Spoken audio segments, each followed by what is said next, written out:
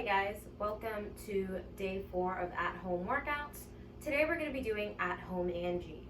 100 lying towel pulls, 100 push-ups, 100 sit-ups, and 100 air squats. For this workout, the only equipment you'll really need, unless you have to make a substitution, is just going to be a towel.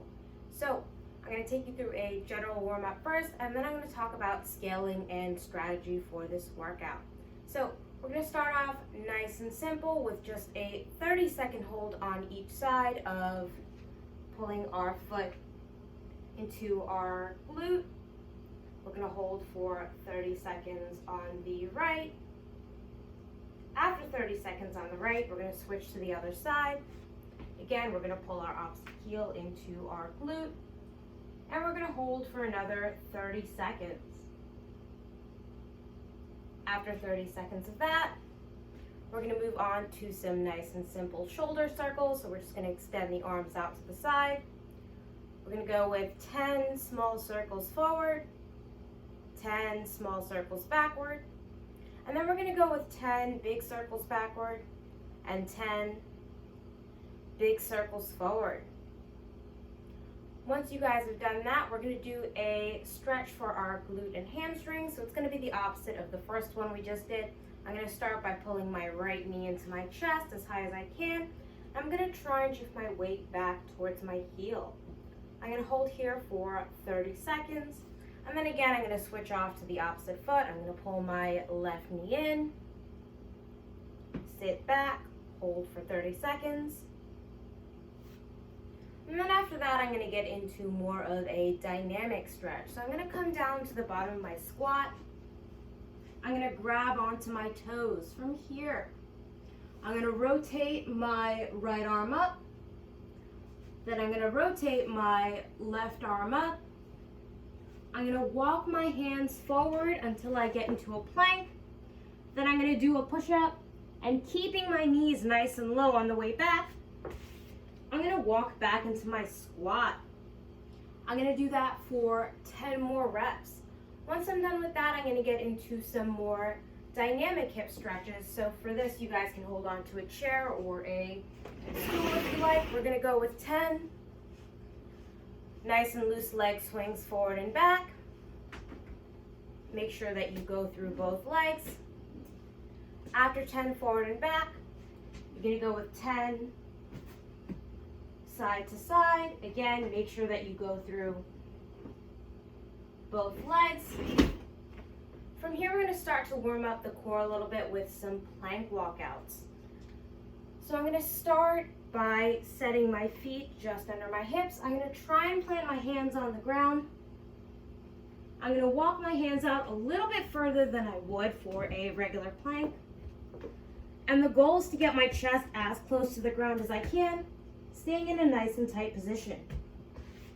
Then I'm just going to walk back in. This one's a little bit more challenging, so we're only going to go for 5 reps there. After that, we're going to finish off with a full body stretch. I'm going to start in a down dog. I'm going to get my right foot outside my right hand. I'm going to drop my right elbow to my right toe.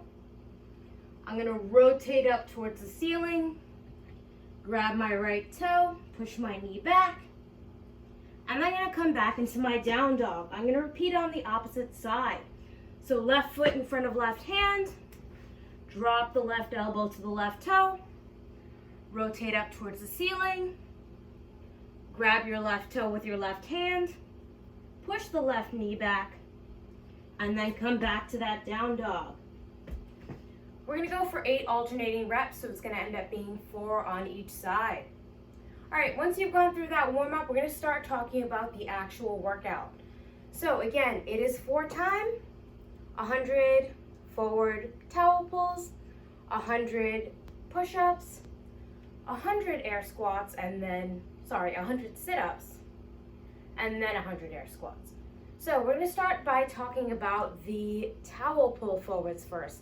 I honestly thought this was very challenging, especially if you have a wooden floor, so we're going to make some adjustments for this movement. I'm going to start with a towel folded up on the ground.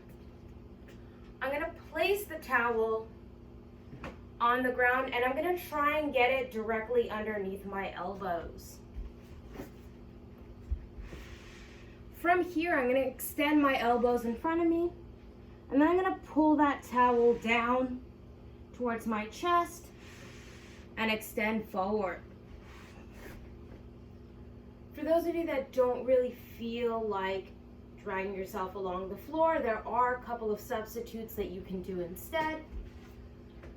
So what I suggest doing is either grabbing a backpack or a garbage bag, stuffing it with a couple of heavy objects so that it acts as a deadlift weight.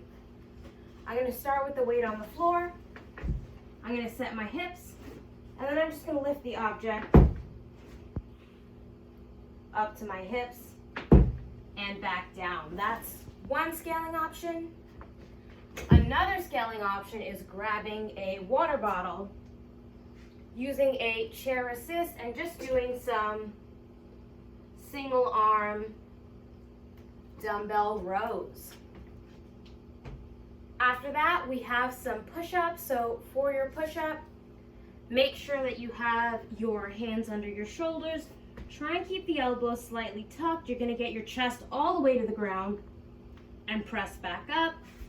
If you know you struggle with push-ups, I'd rather have you come down onto your knees and then do push-ups from there, still staying in that nice tight position.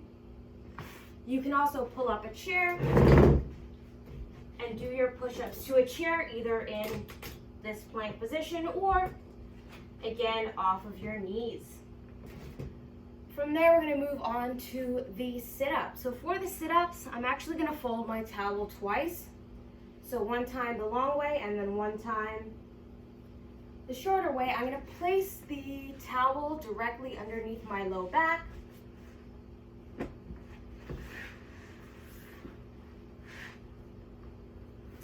I'm going to extend my arms behind me, and I'm going to have my knees out to the sides.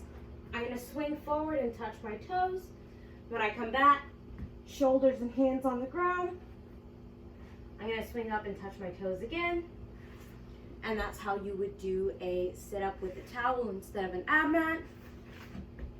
Last movement we have to talk about is the air squat. So for the air squat, make sure that you have your feet under your shoulders, toes pointed out.